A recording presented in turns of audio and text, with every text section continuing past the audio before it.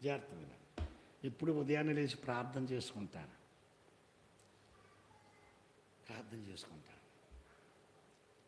ప్రార్థన రావట్లేదు. తెల్లారుజాము ప్రార్థన రావట్లేదు.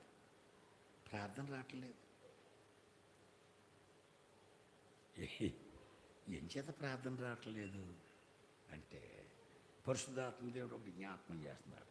ఏ రబ్బాయిని అన్యాయంగా తిట్టావు కదా, జోళ్ళు తీసుకున్నాడని ముందెళ్ళి అతనితో సమాధానపడి రా. నీ సహోదరుని మీద నీకు కోపం ఏదైనా ఉంటే అర్పణ విడిచిపెట్టేసి అక్కడికి వెళ్ళి సహోదరునితో సమాధానపడి అప్పుడు వచ్చి ప్రార్థన చెయ్యి. నీ ప్రార్థన అంటాను, నీ కానుక అంగీకరిస్తాను, నీ అర్పణ నేను స్వీకరిస్తాను. సహోదరునితో సమాధానపడకుండా ఎన్ని అర్పణలు ఇచ్చినా, ఎన్ని కానుకలు ఇచ్చినా, ఎంత ప్రార్థన చేసినా నేను వినను అని మత్తయి సువార్త 5:5 ఉంది. అది జ్ఞాపకం వచ్చింది.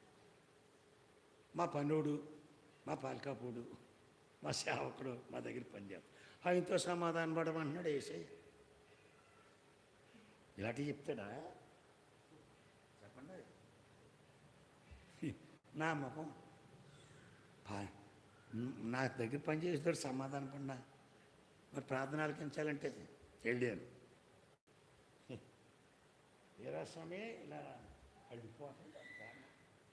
అది బాగా కొట్టేతరమైన జోడు తీసేయని చెప్పేసాడు.